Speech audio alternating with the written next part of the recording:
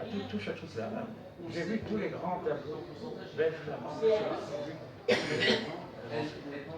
je rentre à Paris et bon, entre-temps j'avais pris contact, enfin, c'est une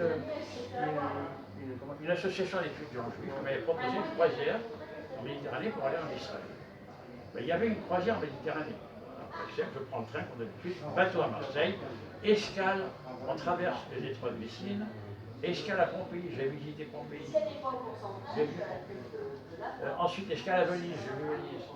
Ensuite, escale à Rhodes. On a visité parce qu'il y avait tout le temps des journées d'arrêt. Et pas de le krach des Chevaliers. Athènes, j'ai visité l'Acropole, tu vois. Et ensuite, alors on arrive à Haïfa, alors là on nous prend en charge, c'est une association juive. Voilà, on nous fait visiter, alors c'est là que j'ai vu le magnifique temple Bahaï érigé sur les hauteurs, sur le Carmel. Les Bahaïs, c'est une secte musulmane qui a été persécutée en Iran, en Turquie, qui a trouvé refuge en Israël. La municipalité du Haïfa leur a donné un grand terrain où ils ont installé un jardin superbe, une coupole dorée magnifique, c'est vraiment splendide. C'est un type. Voilà. Mais le mausolée, le vrai mausolée se trouve à Saint-Jean-d'Acre. J'ai visité aussi tout ça. Voilà, on a visité ça, on est descendu par Césarée, Jérusalem évidemment, c'est le choc, la cité de David. Voilà. On a visité tout ça. Jean, et au retour. est-ce que je peux dire quelque chose? Oui. J'aimerais bien qu'on s'arrête surtout sur les événements marquants, parce que là, non, mais je termine. Voilà, sur les événements, pour qu'on puisse discuter un peu, parce que là, non, bien sûr. Voilà. Attends, je termine. Alors, c'est très important, je veux dire. Ça, il est mis, c'est bien. Alors, au retour, on ne fait pas les mêmes visites. Hein. Là, on va de Chypre, escale à Limassol, on reprend le train à Famagouste. On a visité le fameux château de Othello, bien sûr. Puis on revient à Paris, alors j'arrive avec ma valise, avec des gobelins, chez Madame Arbros, je débarque, je sors, je la vois, elle est un peu agace. Elle a pris des cheveux blancs, ça a duré quand même presque 2 mois. Hein. Et puis je dis, il y a un café, je dis, monsieur Jean. Ah, vous savez, il y a des gendarmes qui sont venus vous chercher. Je dis, ah bon? Tiens, elle reprend ses esprits, je dis, voilà, il y a une lettre pour vous. Alors je vois. Convocation à la caserne de Reuilly. Dans tout ça, j'avais oublié que mon sursis était expiré. Service militaire. voilà. Je ne sais pas comment ils l'avaient su d'ailleurs, ils sont au courant. Ah, ils sont au courant. Et ils se demandaient pourquoi j'avais pas, comment dirais-je, je devais à la convocation, mais j'étais en voyage. Alors, merde, je suis allé, dès que possible, je suis à la caserne de Reuilly. Alors, j'ai eu un officier là, qui m'a reçu, et il m'a dit, écoute, qu'est-ce qui se passe? Alors, je lui ai tout expliqué, donc moi je suis toujours en direct. Et il m'a dit, alors je lui ai dit que j'avais une proposition pour aller travailler au Canada, etc. Très franchement, s'il m'avait dit non, il faut faire le service, ça ne m'aurait pas déplu, parce que j'étais fatigué du travail intellectuel. Je me suis dit, service militaire, ça va être du physique, ça va me détendre l'intellectuel. Pour moi, c'était 50-50. D'un côté, j'avais envie d'y aller, de l'autre côté, je me dis, tant pis. Bon. Finalement, il regarde ça, alors il s'absente quelque temps, il revient au bout de quelques minutes, il a dû voir l'officier. Bon, ben écoutez, vous n'avez qu'à y aller, finalement vous serez plus utile là-bas qu'ici, vous mettrez à disposition du consul général de France à Vancouver. Donc, je pars. Et effectivement, je me suis mis, quand je suis arrivé à la disposition du consul général de France à Vancouver pendant 1 an. Voilà. Qu'est-ce qu'il m'a demandé? Il m'a demandé d'abord, il a vu mon curriculum, il a vu que j'avais été candidat au concours général du français, etc. Il m'a dit, écoutez, vous tombez bien parce que je suis en train d'écrire un ouvrage sur les relations commerciales franco-canadiennes. Ça serait bien que vous me disiez ce que vous en pensez au coup de corriger. Allez-y, ne vous gênez pas. Bon, bref, vous voulez que je sois son nègre. Bon, c'est-à-dire qu'il a écrit cet ouvrage, puis je corrigeais, j'ajoutais, je pouvais commencer après. Donc, j'ai été pendant 1 an son nègre. Plus tard, il m'a demandé quand même autre chose, un rapport sur l'état de la résonance magnétique au Canada. C'était une discipline montante. Alors je me suis renseigné, je vais faire un rapport. Ce n'était pas du renseignement, c'était des documents qui traînent partout. J'ai fait mon travail. Et au bout de cette année, j'ai reçu mon livret militaire, a accompli ses obligations légales d'activité. Bien. Mais alors je reviens quand même mon accueil à Vancouver. Là, c'était autre chose quand même, ce que je t'avais vécu en Tunisie, j'étais à Marminac, et à Paris, j'étais à Marminac. Quand j'arrive par le vol 814, Air Canada 814, à 10h du soir, après escale à Montréal, j'arrive le soir. Je ne savais pas quoi faire. Je n'avais jamais voyagé en avion. Quand je voyageais entre Nice et Paris, j'étais en bateau-train. La croisière en Méditerranée, c'était en train. En Belgique, c'était en voiture. Et là, c'était un long voyage. J'étais à la fois épuisé, excité, j'arrive. Qu'est-ce que je vois? Je vois le professeur Charles McDowell, directeur du département de chimie de l'université de Colombie-Britannique. Il m'attend à 10 h du soir en Mercedes à l'aéroport. C'est important. Il dit, How are you, John? Je monte, il me conduit directement au Faculty Club. Alors j'entre, et il me dit, Get your ears, John. Il chante au toilet, don't worry. Puis j'arrive, je vois un groupe de professeurs autour d'une table avec des bières, devant la White Anglo-Saxon Protestant Society, l'élite. Hein, voilà. Et puis, j'arrive, etc. Alors, oh, here, John, here just came from Paris. Oh, hi, John. How are you, John, today? Comme si j'ai toujours été là et que je venais d'arriver. Hein, voilà, j'ai toujours été là. Je fais partie du club. Alors qu'en France, quand j'étais arrivé, c'est toujours, mais quand est-ce que vous allez retourner chez vous? Là, ça a été le contraire d'ailleurs. Souvent, on m'a dit, pourquoi est-ce que vous allez retourner vers le vieux monde, rester ici? Hein? How are you, John, today? How are you today? Alors je me suis assis, je faisais partie du club, voilà, comme si je vis toujours. Alors il y a Charles McDowell qui s'est excusé. Je me dis, I'm sorry, John, there's no more whiskey now, but you can have either. Alors vous pouvez avoir soit une Guinness, soit une McEwan. Ouais, c'est pas mal. Alors je me suis dit, c'est des vrais verres brunes. Je dis, McEwan, ça ressemble à un Marconi, je veux pas McEwan. Guinness, c'est bon. Voilà, bref. Et puis ensuite, alors il m'a dit, you know, tonight you will sleep at the faculty club because we have not yet found lodging for you. Alors il m'a dit, il m'avait réservé une chambre au faculty club. C'est très rare, hein, c'est un privilège. Et on m'a expliqué que lorsque la reine d'Angleterre, Elisabeth II, est venue en 1952 dans sa visite du Commonwealth, elle a dormi dans les appartements du faculty club. C'est-à-dire que on m'avait offert pour la première nuit une chambre, ou peut-être avait dormi la reine Elisabeth II d'Angleterre en 1952. C'était quand même un traitement de VIP. Voilà. C'est pas une légende, ça. Comment? Non, c'est pas une légende, rien n'est légende. Non, mais je veux dire, ça m'a marqué. Il y a autre chose qui m'a marqué. Le Prince Andrew n'a pas dormi. Je vais quand même terminer avec ça parce que c'est très important. Donc il y a eu cet accueil quand même, hein, voilà. Alors, la deuxième liste, c'est pas possible. Alors il y a Jim Farmer, quelqu'un de très sympathique, très gentil, qui a été mandaté par Charles McDowell pour me conduire en voiture à travers toute la ville, 2 jours de nuit, pour montrer la ville. Voilà. Et ensuite, il m'a dit, on vous a réservé une chambre, comment il s'appelait cet hôtel? C'était un hôtel très, comment dirais-je, comment ça s'appelle?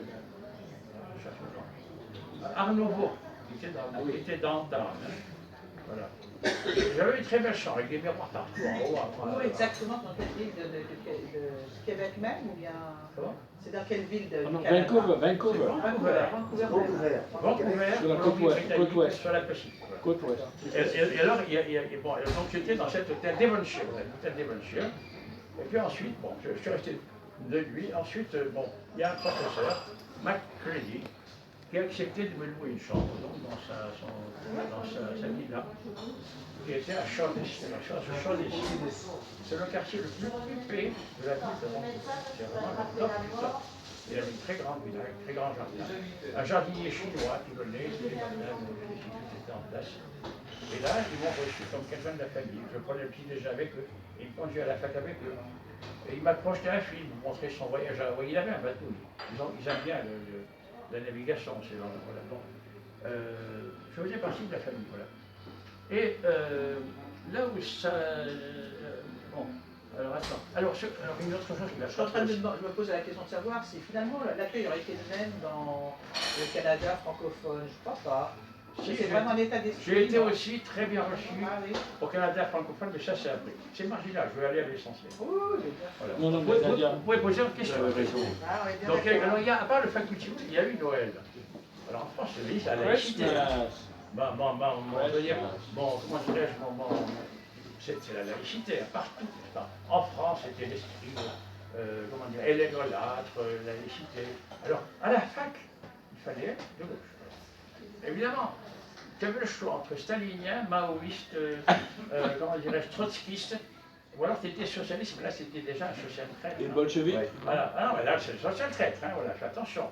C'était Voilà, un donc jour. c'était très bobo. C'était très de gauche. Les professeurs, les élèves, c'était très de gauche. C'est pour ça que quand je reviens un peu en arrière, quand j'étais à Paris, ça m'a tellement agacé.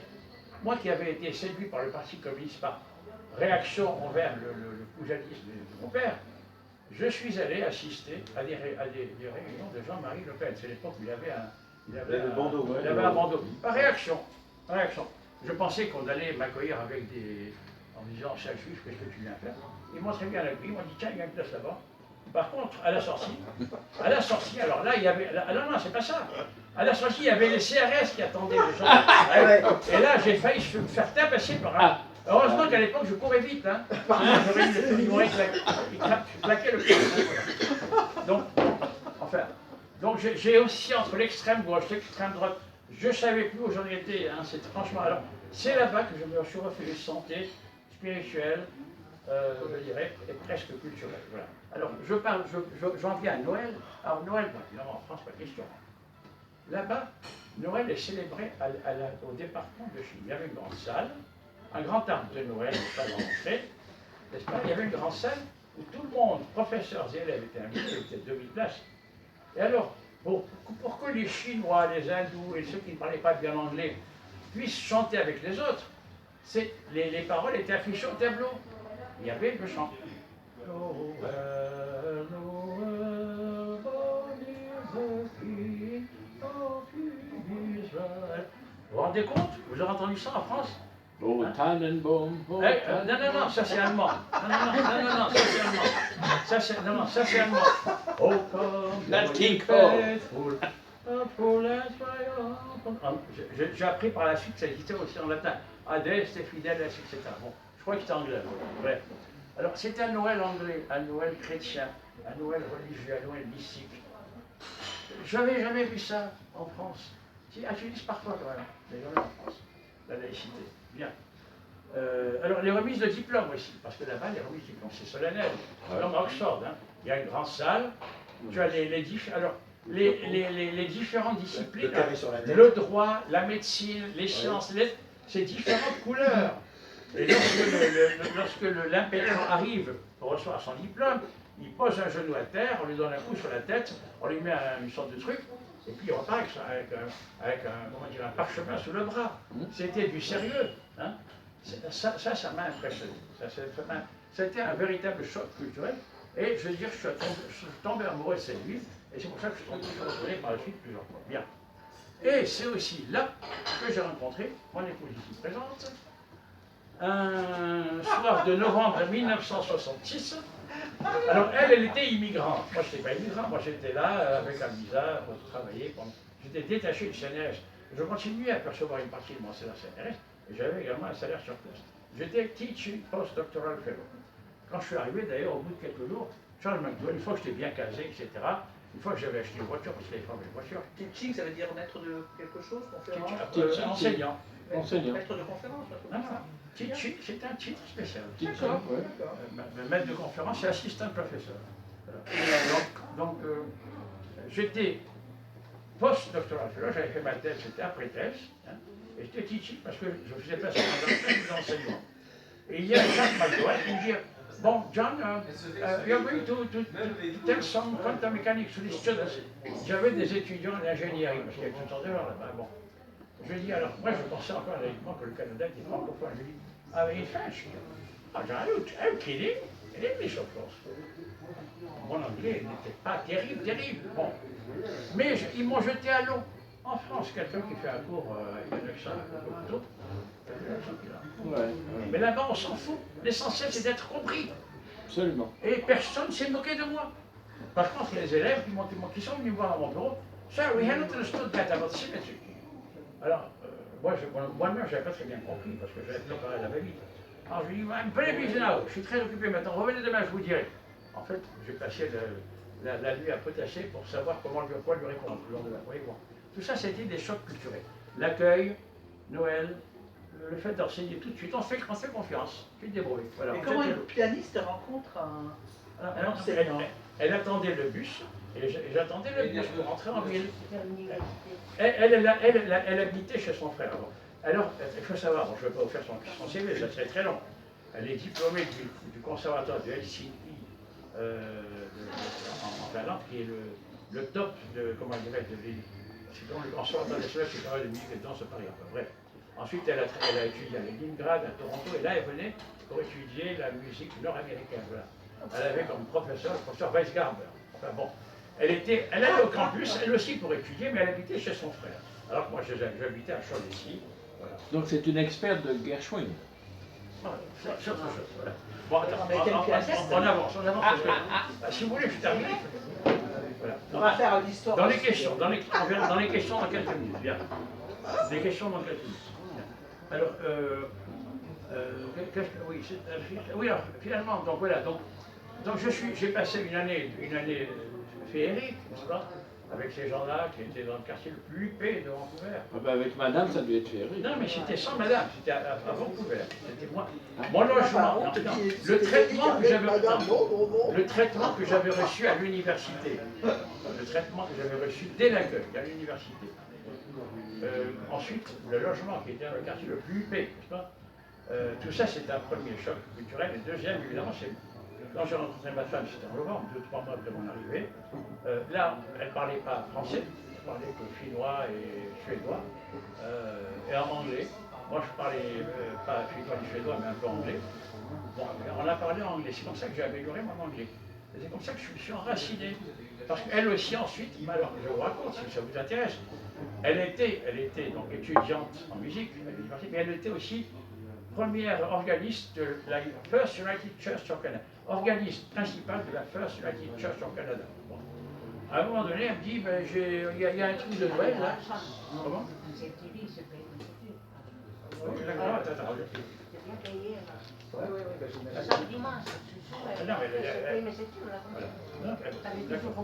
Non, et puis elle avait une petite scène où elle donnait des cours de piano aussi. C'est facile là-bas, il n'y a pas à se déclarer à la chambre de commerce, à la chambre des métiers. Là. Tu ouvres une salle, tu payes ton loyer et tu reçois des élèves. C'était beaucoup plus simple. C'est un peu l'esprit anglo-saxon. Ça a changé, mais avant c'est comme ça. C'était le Far West. Donc, pourquoi je dis ça? Parce que donc elle était. Alors, il me manque un ténor pour la chorale. Bon, si tu viens, j'aimerais que tu viennes chanter. Voilà, moi, je parle ni finlandais ni suédois. Il y avait deux services, un en finnois, un en suédois. Moi, je parle bien l'un et l'autre, évidemment. Hein. Mais elle m'a dit, tu as une bonne oreille, tu as une belle voix, bon, et tu as une voix de ténor. J'étais ténor, maintenant je suis basse. Bon. Alors, bon, j'ai dit, je veux bien, mais comme le finnois et le suédois sont des langues syllabiques, il n'y a pas l'orthographe. Par exemple, si tu me lis, il y a tout lit et tout lit, c'est pas pareil. Tout lit, ça veut dire le vent, et tout lit, ça veut dire le feu, et tout lit, ça veut dire comme la taxe. Le japonais, il n'y a pas de voilà, demain acheter pain. Comme l'espagnol un peu maintenant, voilà. Il n'y a pas l'orthographe. Alors ça a été très facile avec un peu d'exercice, parce que j'ai des trucs d'exercice. Et le suédois, c'est pareil. Donc elle m'a mis dans un truc, alors moi, qui ne suis ni finnois, ni suédois, ni même chrétien, ni même chanteur, j'ai été intégré à sa chorale, et à Noël, on s'est mis à chanter des chants finlandais. J'étais avec Pacha Zim, je sors de ce truc-là, dans un groupe de chanteurs. Voilà. Ça a été ma première expérience de choriste, parce qu'ensuite j'en ai eu bien d'autres. Voilà, donc c'est pour te dire que je me sentis très vite intégré, totalement intégré, je veux dire, c'était fini là. Quand j'allais dans un petit restaurant, je prenais un truc, la serveuse, toujours souriante, disait « Come back please, c'est pas quand est-ce que vous allez rentrer chez vous. Hein. Come back please. C'était un autre, évidemment c'est le Far West. You're welcome, you're welcome. You're welcome. Alors, welcome c'était écrit sur les tapis de toutes les maisons, welcome. Ça existe au Québec, bienvenue, n'est-ce pas? Enfin bref, je veux passer vite, parce que la m'interrompre tout le temps, je ne veux pas en finir. Donc, voilà, pendant que j'étais, alors attends, c'est très important ça, pendant que j'étais chez les Macready, pendant que j'étais chez les Macready, De Gaulle débarque. Vive le Québec libre. Ah oui. Alors là, bon, on peut dire, bon, ah oui. évidemment, ça a un froid dans mes relations avec mes autres. Ils ont continué. Un franc au Canada, Alors, c'est attends, sérieux. Hein. Ils ont continué, Hein? ils ont continué à être très aimables. Mais à la fin, ils m'ont refait le coup de la dame du quartier latin. Hein, de la dame du quartier latin qui m'avait dit, ah, il y a une cousine qui va arriver. Parce qu'elle avait découvert que j'étais un juif de Tunisie et pas un chrétien d'Arménie, comme elle le croyait. Bon, voilà.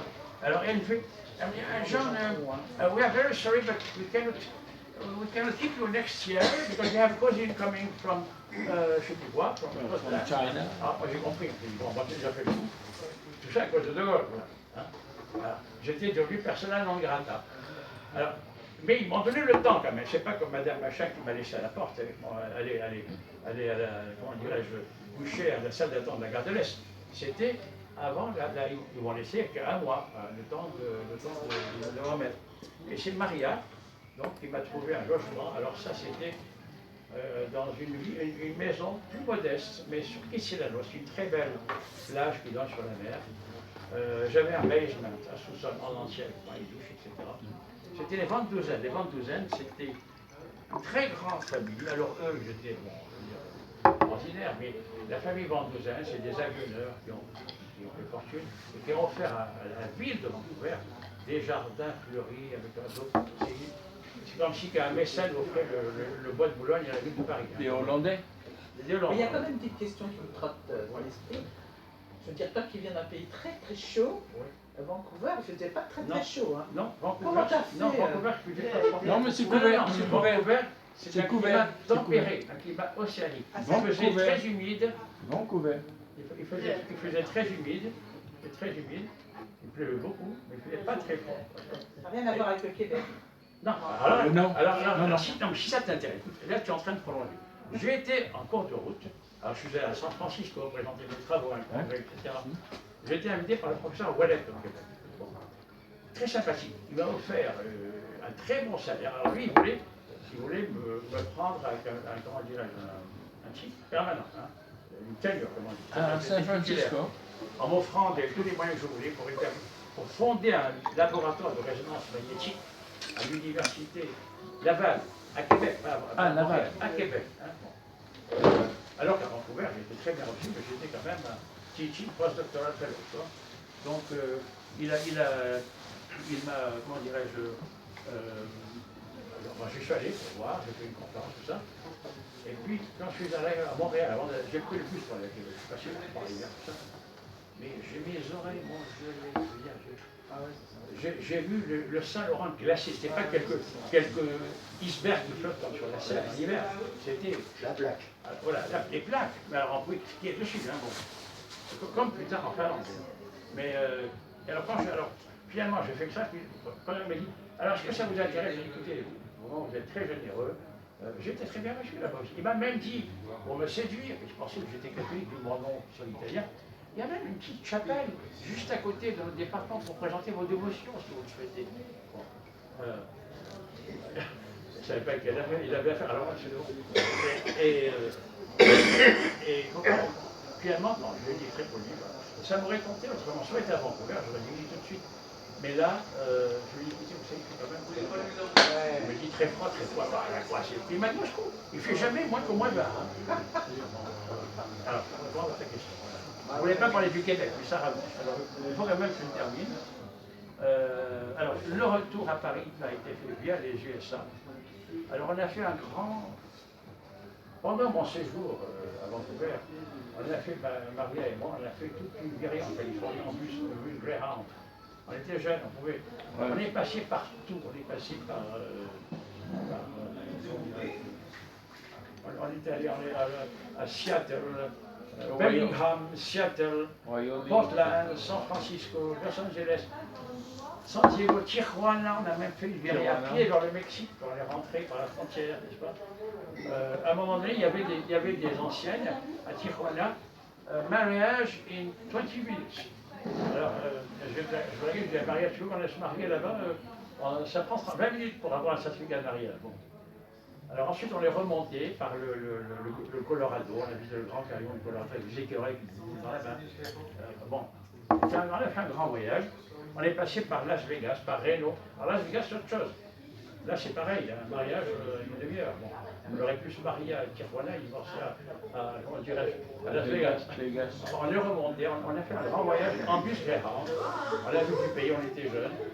Et, mais alors ensuite, quand on est revenu définitivement à Vancouver, là on est revenu ensemble. On est passé par les États-Unis. Alors un grand détour, on a visité tous les États-Unis pratiquement. Et le Canada, quand on est rentré par le. Alors on avait adopté un petit chat noir à l'époque.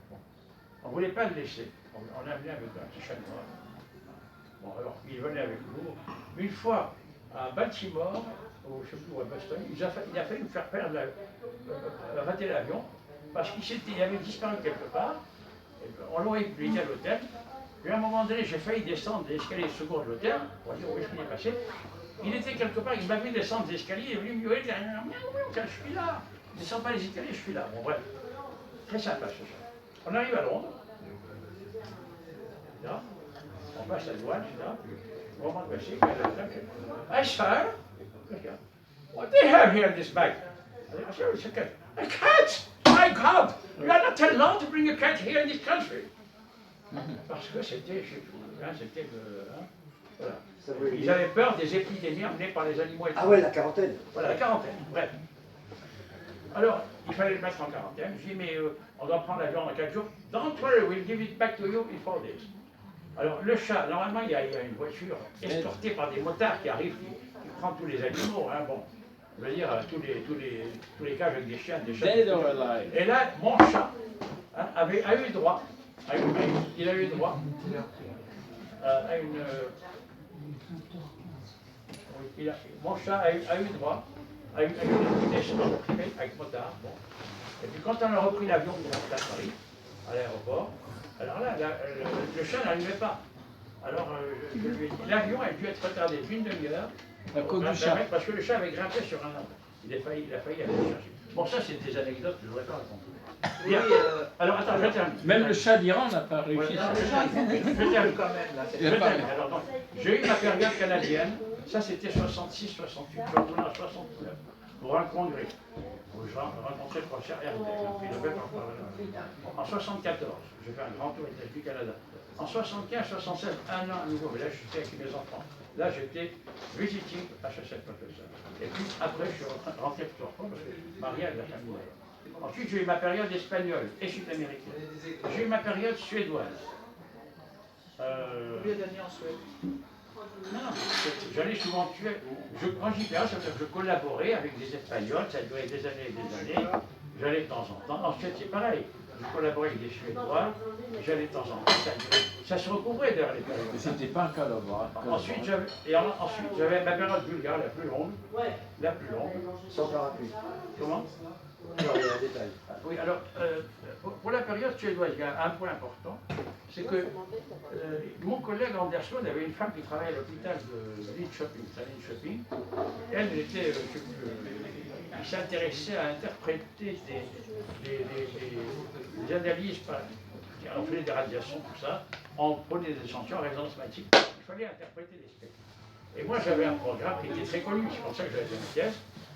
J'avais un programme qui était très connu. Et bon, alors, le problème, c'est que pour faire ces analyses en direct, il fallait avoir un logiciel plus rapide de déconvolution. J'ai cherché, et j'ai trouvé dans une thèse qui a publiée en 1898 une façon d'améliorer le logiciel. Donc, j'ai fait un logiciel de déconvolution. J'étais à Paris, mais je collaborais avec eux. Ultra rapide. Alors, il utilisait la fonction d'erreur complexe. Alors, la fonction d'erreur complexe est utilisée dans le pilotage des fusées, etc. Bien. Alors, je faisais aussi à l'époque partie d'une association de l'aéronautique, je ne sais pas quoi, présidée par un certain Venturini qui m'avait à la mode, j'étais corse. Voilà. Et ce logiciel, je ne sais pas comment il a abouti dans les logiciels de l'armée de l'air, ou je ne sais pas où. Et à un moment donné, il nous a obtenu de la mairie de Paris, pas seulement à moi, mais à lui, il en dit 4 ou 5, la médaille de vermeil de la ville de Paris qui nous a été délivrée par, je crois que c'était Tibéri à l'époque. Alors si vous voulez savoir à quoi ça sert, Tibéri. Voilà à quoi ressemble une médaille de vermeil. Voilà. passer si tu Ouais, veux. ouais, c'est très sympa.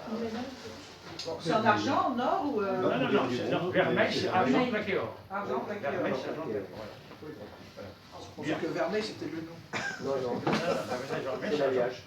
Alors pour la période bulgare, j'en parlerai après dans ma deuxième partie, mais pour l'instant, tout ce que je veux dire, c'est que là aussi, j'ai eu l'occasion, enfin, il y a un moment, on m'a proposé un doctorat honoris causa de l'université de Sofia.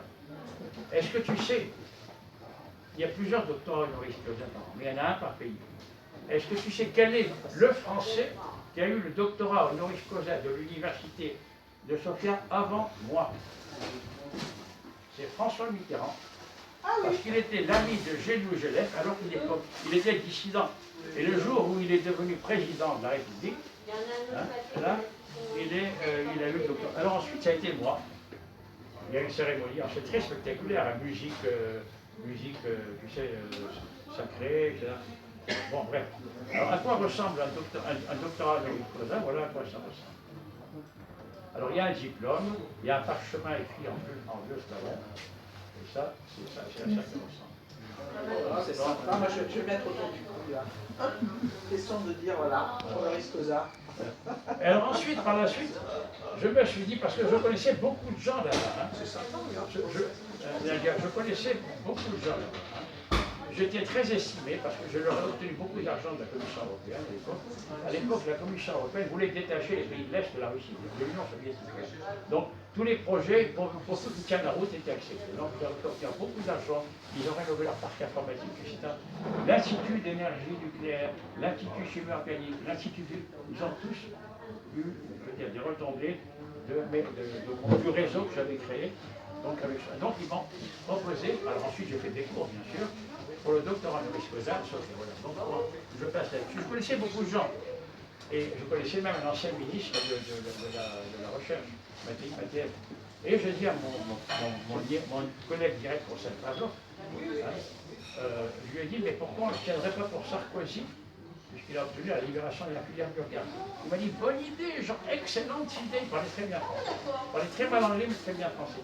Il faisait partie de la vieille classe bourgeoise des pays de l'Est où on parlait français. Maintenant, c'est plus. Maintenant, il parle allemand. Bon. Même pas anglais. Donc, alors il m'a dit que bon, finalement, j'avais beaucoup de relations. Hein, je pouvais être mis en relation avec l'ancien roi de Bulgarie, avec le roi des Gitans, avec des membres des anciens membres du KGB. J'avais toutes sortes de relations. J'ai même été. Le roi des Gitans, ça je ne connaissais pas. Si,